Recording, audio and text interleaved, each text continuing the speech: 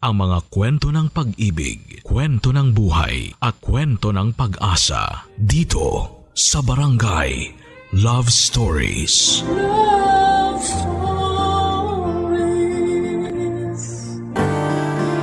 Maituturing na symbol status ang pagkakaroon ng maraming sapatos. Lalo na yung mga tatak talagang brand at sobrang mahal na kailangan talagang pag-ipunan. Kung para sa iba ay parang koleksyon lamang ang pagkakaroon ng maraming sapatos. Meron namang tao sa ating paligid o maging sa ibang bansa ang hikahos sa buhay. At kahit na isang pares ng sapatos ay wala silang maisuot. Ano nga ba ang pakiramdam ng isang batang walang sapatos? Ano nga ba ang pakiramdam ng naglalakad na walang sapatos sa gitna ng napakainit na kalsada? Dear Papa Dudut, maraming beses ko pong pinag-isipan ang sulat kong ito. Gusto ko lang pong sanang dalhin itong lahat hanggang sa huling hininga ko. Ngunit sa bawat araw ng pakikinig ko sa programa ninyo ay nagkaroon ako ng lakas ng loob para sumulat na sa wakas sa inyo. Ang kwento ko naman ang ibabahagi ko sa ating mga kabarangay. Ang kwento ko naman ang magbibigay aral o inspirasyon sa ating mga tagapakinig. Kung tutuusin, Papa Dudut, lahat ng hirap na dinanas ko ay parang isang pagsubok para pagsumikapan ang mga pangarap ko sa buhay. Kung hindi ako naghirap, wala siguro ako sa kinakatayuan ko sa ngayon. Ako po si Martina at sariwa pa sa alaala ko noong mga araw na wala kaming baon tuwing pumapasok sa eskwelahan ng kapatid kong si Hernan. Elementary kami noon, Papa Dudut, at nakaranas na kaming dalawa ng matinding pambubuli dahil sa mahirap lamang kami. Kesyo ang babaho daw namin dahil sa walang pambili ng uniforme ay mga pinaglumaan ng amo ng nanay ko ang isinusuot namin. Halata ang paninilaw dahil sa kalumaan ng tela. Sa aking murang kaisipan ay nainggit ako sa ibang mga bata na may maayos na mga sapatos. Lalo na tuwing unang araw ng pasukan. Nagpapayabangan ng kanilang bagong sapatos. Samantalang kaming dalawa ng kapatid ko ay gustong itago sa ilalim ng lupa ang mga paa namin dahil wala kaming mga sapatos. Hindi kaya ng mga magulang ko na bilhan kami kahit na isang pares lamang ng sapatos. Buong elementary ko, Papa Dudut, ay hindi nakatikim ng sapatos ang mga paa ko. Hindi ko alam kung ano ang pakiramdam na suot ang isang black school shoes. At hindi ko alam kung paano maglakad suot ang isang pares ng sapatos hanggang sa mag-high school na ako, Papa Dudut.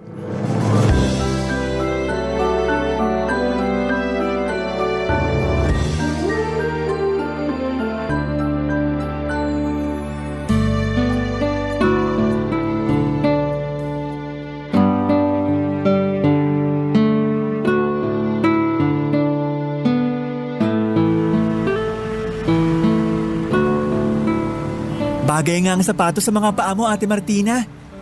Sa ukay-ukay ko pa binili yan. Ingatan mo yan, ha? Salamat, Hernan. Pinaglaanan mo talaga ako ng sahod mo sa poultry para lang magkaroon ako ng sapatos.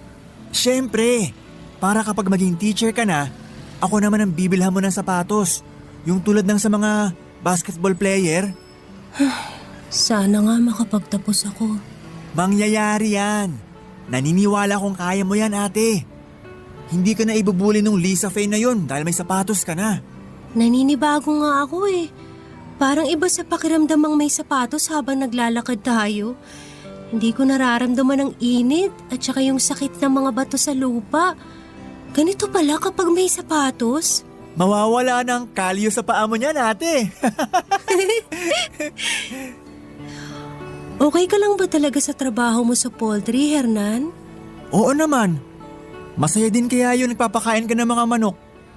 Nakakatuwa, lalo na kapag nakita mong marami silang itlog. Masaya din ang amo namin kaya hindi mainit ang ulo niya. Salamat, Hernan. Salamat sa sapatos. Magsusumikap ako. Makakatapos din ako. Kakayanin ko. Haharapin ko yung mga bully. Hindi nila ako matatalo. Ngayon pa na may sariling pares na ako ng sapatos na bigyan ng pinakamabait na kapatid ko sa buong mundo. Naks naman ate. Basta, huwag kang magpapaapekto dun sa kanila. Sumbong mo sila sa akin. Hahagisan ko sila ng dumi ng manok, yung basa. Grabe naman yun. Sabi ni nanay at tatay, huwag gantihan ng kasamaan ang gumawa sa'yo ng kasamaan. Sa bagay. Basta ate, masaya ako para sa'yo. Parang ako na rin na nag-aaral. Basta, turuan mo ako sa bahay tuwing wala kang pasok at wala rin akong trabaho ha. Sige, tuturuan kita sa lahat ng subjects. Salamat ate. Basta mag-ingat ka sa mga bully ha. Oo naman.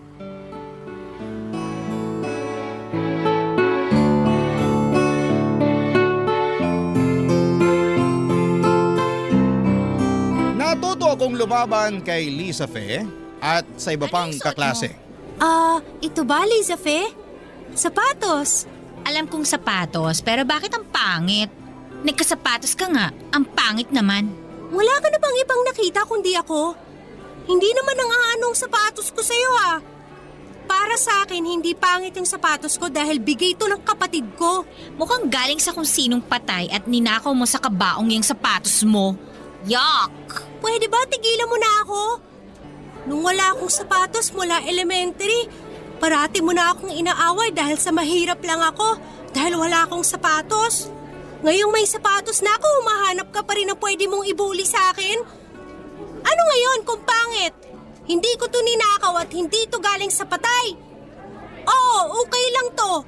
Hindi bago, pero sa isang katulad kong mahirap, malaking bagay na tong sapatos na to.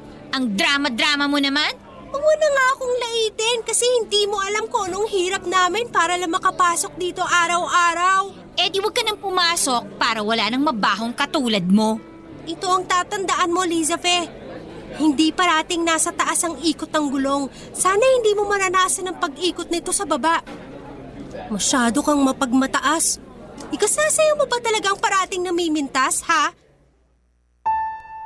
Gusto kong ipamukha sa kanila na kahit mahirap man ako ay may karapatan din akong lumaban. Sabi nga nila, dapat ay alamin mo kung ano ang ipinaglalaban mo. Para sa akin ay pinaglaban ko ang sarili ko.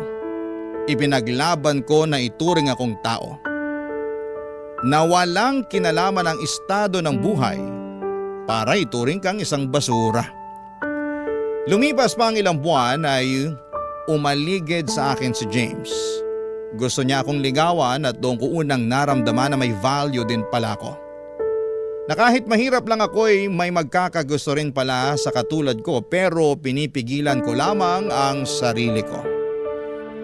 Papadudot, sapat na sa akin na alam kong may lalaking nagkakagusto sa akin.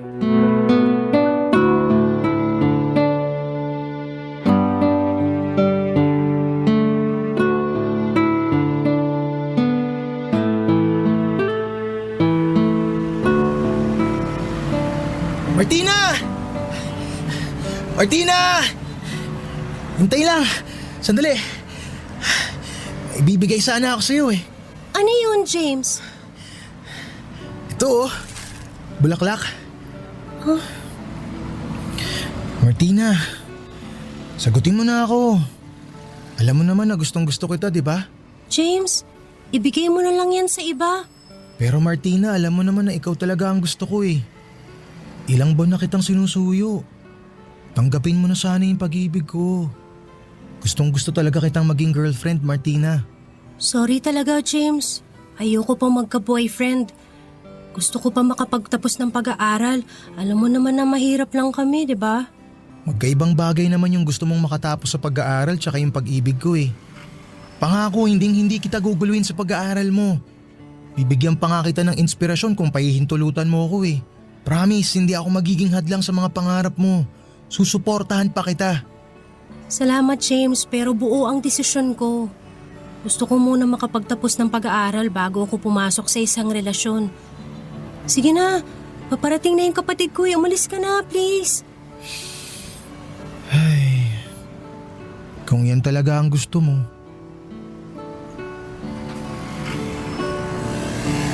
Sino yun, ate?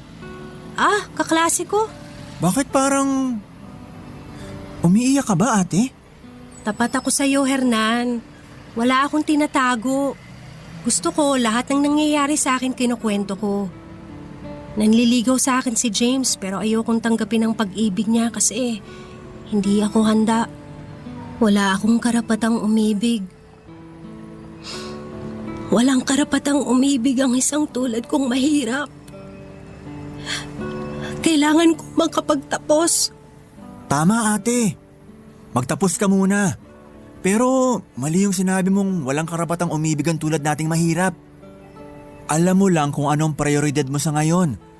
At hindi ang pagkaroon ng boyfriend ang pinunta mo sa paaralan, kundi ang magkaroon ng magandang kinabukasan. Kaya, punasan mo na ang mga luha mo, ate. O eto, may dala akong itlog ng manok. Binigay ng amo ko.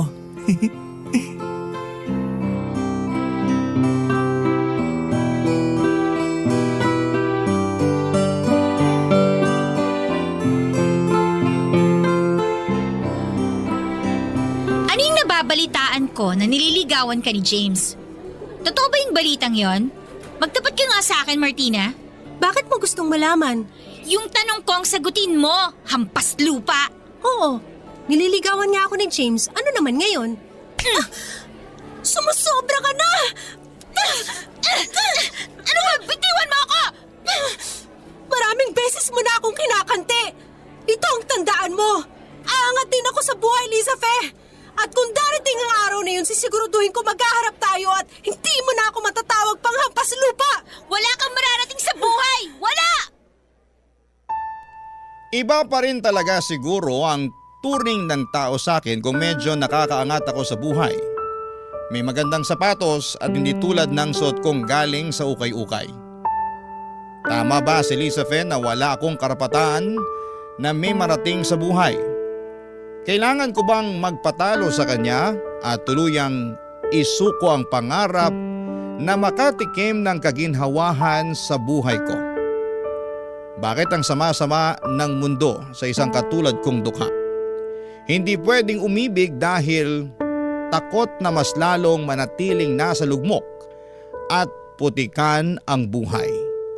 Ang tangi ko na lamang kinakapitan ay ang pag-asang may bukas pang darating at marami pa akong guguguling panahon para maging maayos din ang kalagayan ko at ng pamilya ko, Papa Dudut. Barangay Love Stories. Barangay Love Stories. Hindi ko talaga kayang mag-aral sa kolehiyo, Papa Dudut, dahil kapos talaga kami sa pera. Hindi pa rin sapat ang sahod ni Hernan para makapag-aral ako. Kaya naman nakapag-decide akong magtrabaho sa isang resort bilang tagalinis habang si Hernan naman ang bumalik sa pag-aaral. Ilang beses ko rin siyang kinausap na bumalik sa pag-aaral dahil nahihiya na siyang pumasok dahil sa kanyang edad. Ang sabi ko ay wala namang pinipiling edad ang pag-aaral. At siguro ngayon ay hindi na siya mabubuli ng kanyang mga kaklase dahil malaki at malakas siya kumpara sa kanila. Mabuti naman at nakinig siya sa akin. Si Lisa Fe naman, Papa Dudut, nag-aaral sa kolehiyo. Siguro ay tama siya na wala akong mararating sa buhay, pero sa puso't isipan ko ay nananatili akong may magagawa pa hanggat patuloy pa akong humihinga. Isang beses ay bumisita si Lisa Fe sa pinagtatrabahuhan kong resort kasama ang kanyang boyfriend na si James.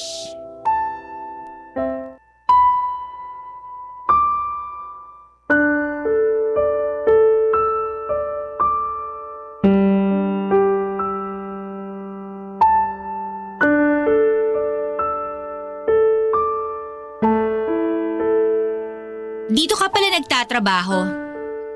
Oo, Lisa Fe. Tama nga ako. Hanggang tagalinis lang talaga ang mararating mo sa buhay mo, Martina.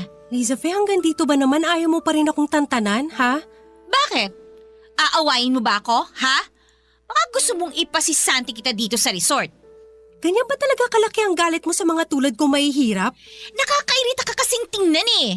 At saka huwag kang nga lumapit-lapit sa boyfriend ko? Yes, kami na ni James. Ako pa rin ang nagwagi sa puso niya, Martina. At kahit nakasapatos ka ngayon, tingin ko pa rin sa'yo na kayapak na dugyot. Masyado ka talaga mapanglait, Lisa Fe. Kahit wala naman akong ginagawa sa'yo, ikinaliligaya mo pa rin yung manlait sa kapwa mo. Sana balang araw, hindi mangyari na lalaitin ka ng iba dahil hindi biro ang laitin. Yung mararamdaman mo na sobrang liit ka sa harap ng ibang tao. Hay nako, masyado ka madrama.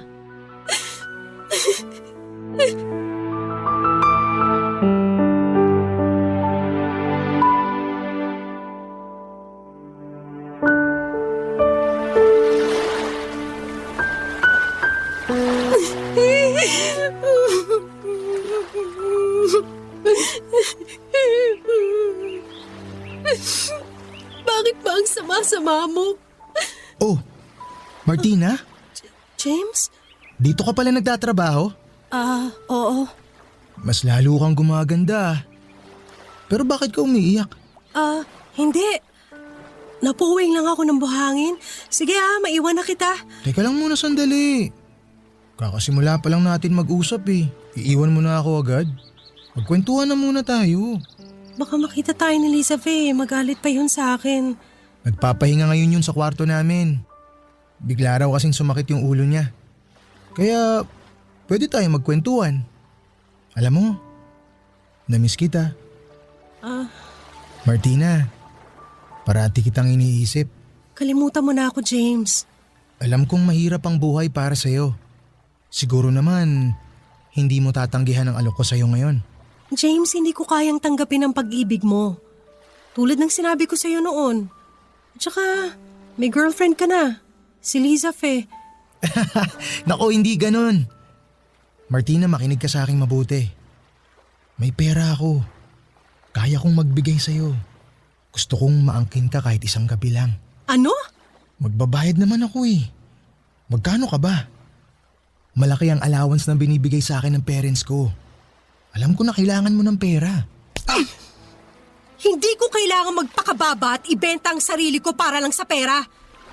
Kahit mahirap ako, meron din akong dignidad, James. Bakit pa ang dali-dali para sa inyong husgahan ng mga katulad kong mahirap? Ha? Umalis ka na nga.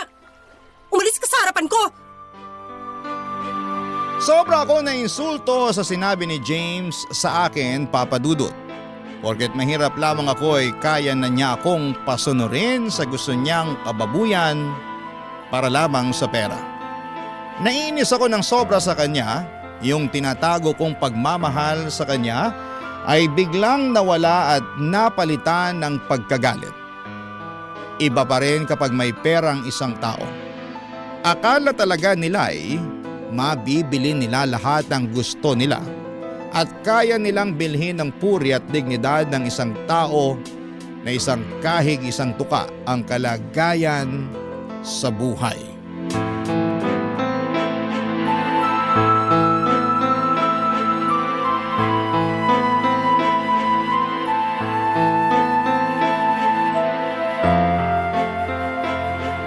Nakikipaglandian ka ba sa boyfriend ko, Martina? Ako nakikipaglandian? Hindi ko gagawin yan, Lisa Fe. Kung malikot yung boyfriend mo, bantayan mong maigi. Basta ako hindi ako nakikipaglandian. Sinungaling! Ano pa bang gusto mong marinig sa akin? Sinabi ko na sa'yo na hindi ako nakikipaglandian at wala akong balak makipaglandian sa boyfriend mo. Saksak mo yung James mo sa baga mo. Nakita ko kayo kanina, nag-uusap. Nakita mo rin siguro na lumayo ako agad sa kanya. O di namin mo rin nakipag-usap ka sa kanya? Lumapit yung boyfriend mo sa akin. Lumayo ako agad dahil wala akong balak na agawin yung boyfriend mo. Kung ano man yung iniisip mo, mali yan. Kung wala ka ng ibang kailangan sa akin, naalis na ako. Hindi ako takot sa'yo. Bantayan mo yung boyfriend mong higad.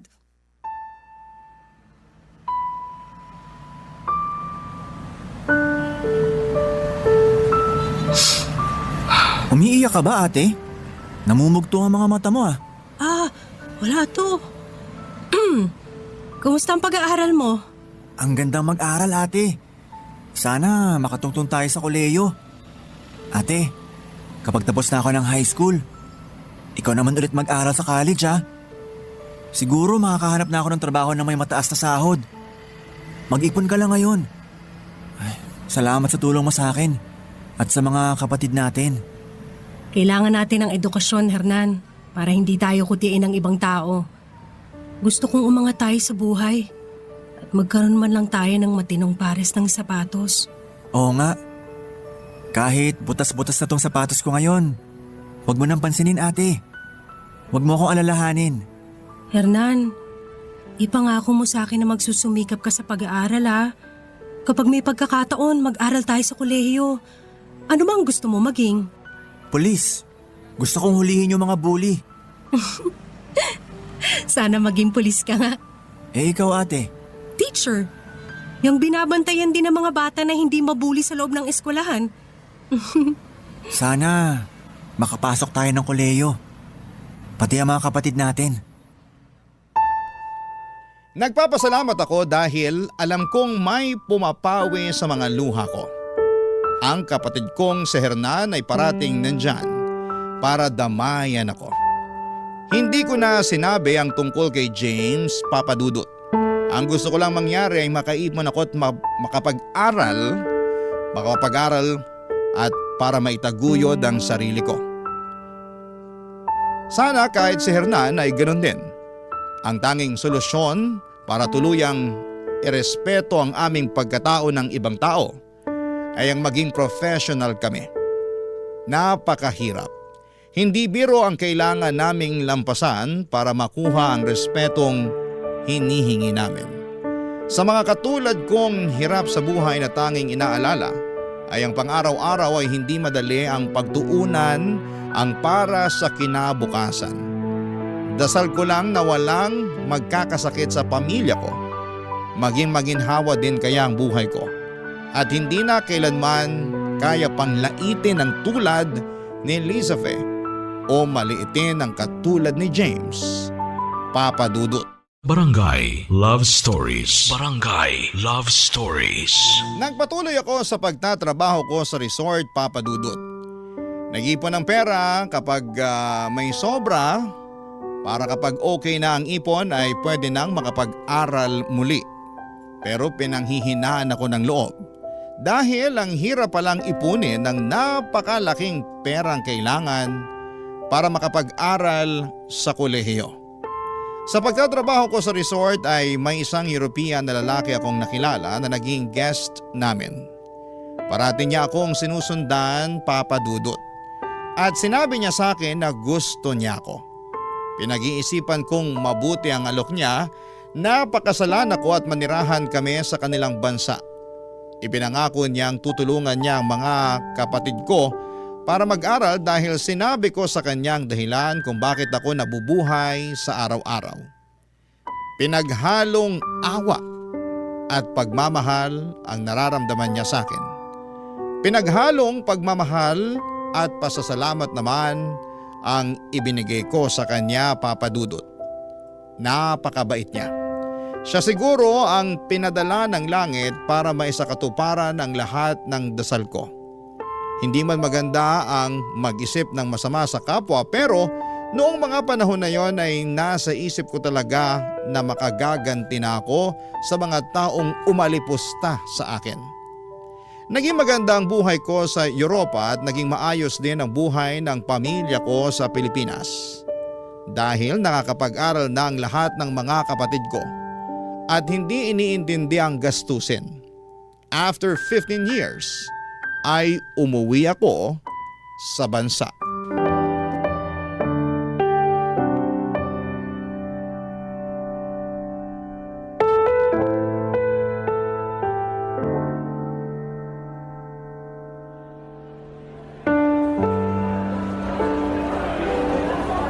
Ate, pwede na natin bilhin kahit ilang sapatos ngayon. Pulis na rin ako. May pamilya na ako. Maayos ang buhay namin. Sobrang laki ng utang na loob ko sa'yo. Ano ka ba, Hernan? Wala kang utang na loob sa akin. Magkapatid tayo kaya nagtutulungan tayo para maiahon ng isa't isa sa kahirapan. Naalala ko pa yung dati. Binilan mo ko ng isang pares ng sapatos. Naaalala ko pa yung itsura ng sapatos. Yung amoy niya, yung amoy ukay-ukay. Yung saya sa puso ko na sa wakas, makakatikim na ng sapatos yung mga paa ko. Parang kailan lang ang lahat, ate. Naaalala ko nga yung panahon na yun na sobrang hirap ng buhay natin. Pero mayaman tayo sa pangarap. Oo, mayaman tayo sa pangarap. Anong gusto mong sapatos? Sagot ko. Bilhan ko na rin yung mga pamangkin ko. Salamat, ate. Pero may hihilingin ako sa'yo. Ano naman yun? Gusto kong bilhan kita ng sapatos mo tulad ng dati. Ate, Ang saya ko at naging maayos na ang buhay natin. at natupad na rin ang pangarap mo maging isang teacher, ate. Sa ibang bansa nga lang. Nag-iba ang ikot ng kapalaran sa atin. Kaya kailangan nating pasalamatan ng Diyos at hindi niya tayo pinabayaan. Ate, naalala mo pa si James? Yung may gusto sa'yo? Yung niligawan ka dati? Oo, naalala ko siya. Bakit? Nagkaroon ng rumble sa isang bar. Nandun pala siya. Kasali siya dun sa gulo. Namatay siya, ate. Natamaan ng bala ng baril ng kalaban nila. Totoo? Alam mo, hindi ko sinabi sa'yo dati na nahahanginan ako kay James. Buti nga hindi mo sinagot yun, ate. Paano na lang kung naging kayo? Oo nga. Pero ang lungkot naman ang naging dahilan ng pagkamatay niya. Kapag lumalapit ka sa ganon, tiyak na malapit sa kapahamakan ng buhay mo. Si Liza Fe, may balita ka ba sa kanya? Puntahan mo kaya? Magpakita ka sa kanya. Nasaan ba siya?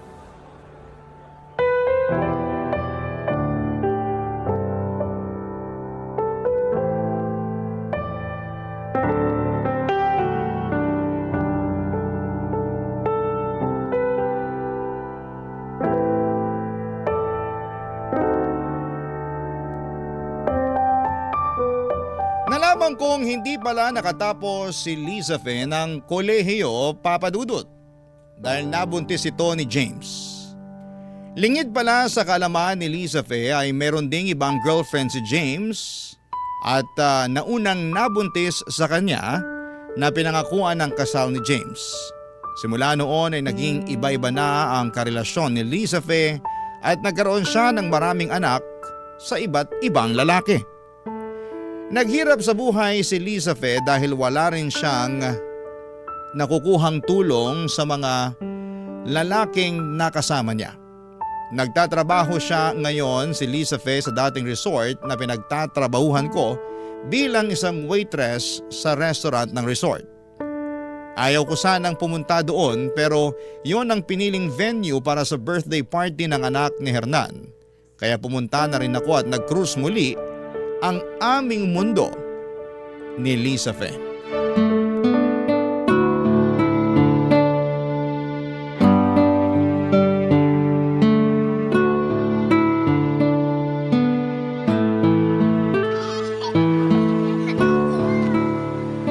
Liza Fe? Martina? Mabuti naman at natatandaan mo pa ako. Oo naman, natatandaan kita. Malaki nang ipinagbago mo at ng pamilya mo ah. Mayaman ka na. Ako, eto, naghihirap sa buhay. Martina, marami akong kasalanan sa'yo. Sana mapatawad mo ko.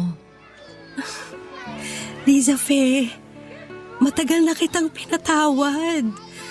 Nagpapasalamat nga ako sa'yo dahil naging porsigido ako sa pag-abot ng mga pangarap ko. Kung hindi dahil sa'yo, malamang wala akong pangarap sa buhay. Ang sama-sama ako sa'yo. Tama, tandang-tanda ko pang sinabi mo sa akin noon na hindi parating nasa itaas ang ikot ng gulong.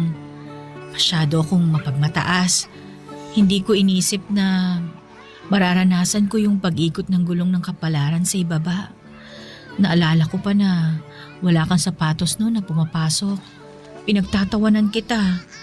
Ang sama kong bata pati nung high school tayo. Naalala ko nung binilang ka ng kapatid mo ng sapatos sa ukay. Nilait-lait ko pa yung sapatos mo noon. Hindi ko alam na para sa iba, malaking bagay pala yung maliit na bagay sa mga mata ko. Patawarin mo ko, Martina. Tama na ang paghingi mo ng tawad. Pinatawad na kita. Kalimutan mo na ang nakaraan. Gusto kong maging magkaibigan tayo. Talaga? Ang ganda ng suot mong damit. Ibang-iba na ang itsura mo pero ganun pa rin ang puso mo, Martina. Alam mo, naikwento sa akin ni James ang nangyari sa inyong dalawa. Inalok ka pala ni James na bayaran para maikama ka niya. Gago talaga yun. Pero mahal ka daw niya. Ikaw daw ang mahal niya. Masakit daw sa kanya yung ginawa niya sa'yo noon. Sama namin sa'yo, Martina. Basta ang importante, yung ngayon. Kailan ang day off mo? Bukas. Samahan mo ako.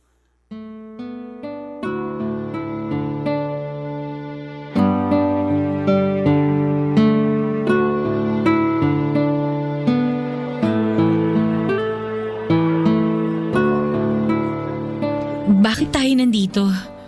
Lisa Fe, dati tinitignan ko parati yung mga sapatos mo. Nangarap ako na sana balang araw magkaroon din ako ng mga sapatos ng tulad sa'yo. Nakita kita kahapon tsaka ngayon, hindi maayos ang suot mo. Ayoko makita kang ganyan. Gusto kong bilhan ka. Martina, Pumili ka!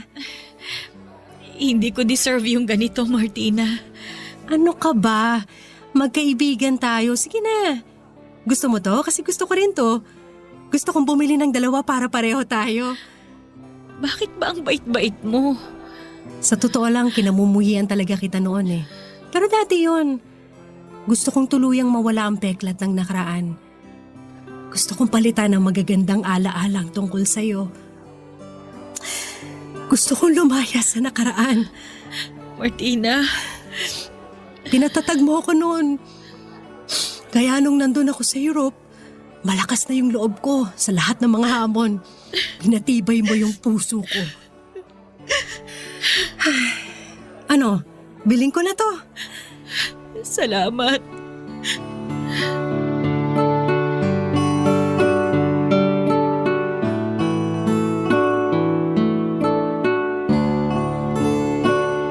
Naging magkaibigan na kaming dalawa ni Lisa Fe Papadudut.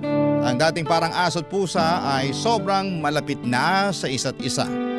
Nang namatay ang asawa ko ay lumipat na ako dito sa Pilipinas. Nagtuturo ako sa isang university sa Quezon City sa ngayon. Ang buhay ay parang laro. Dapat ay kailangan mong alamin kung paano mo maipapanalo ang iyong buhay. Kapag may bully sa iyong paligid ay tignan mo kung bakit kanya binubuli at magsumikap ka na sa muli ninyong pagkikita ay hindi na niya kayang ibuli ka dahil malayo na ang narating mo dahil pinatibay ka na ng mga sugat na ibinigay niya sa iyo. Sana ay hindi maging sukatan ng pagkatao kung ano ang suot na sapatos ng tao o wala man itong suot na sapatos. Sana ang maging sukatan ay ang puso at ang dangal ng isang tao. Umaasa ako na may nakuhang aral sa kwento ng buhay ko ang ating mga kabarangay, Papadudut. At maraming salamat sa inyo sa patuloy po ninyong pagbabahagi ng boses naming mga ordinaryong tao. Maraming salamat po. Ang inyong forever kapuso at kabarangay, Martina. Ano ang masasabi mo sa ating Barangay Love Stories today? Aabangan namin yan sa aming comment section.